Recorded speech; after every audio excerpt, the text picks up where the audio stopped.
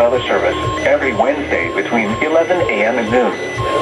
When there is the threat of or existing severe weather in the area on Wednesday, the test is postponed until the next available good weather day.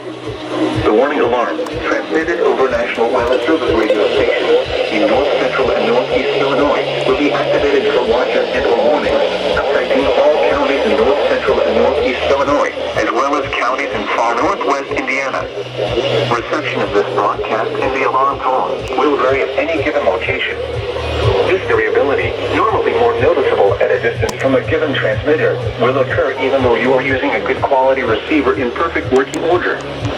This concludes the tone alarm test.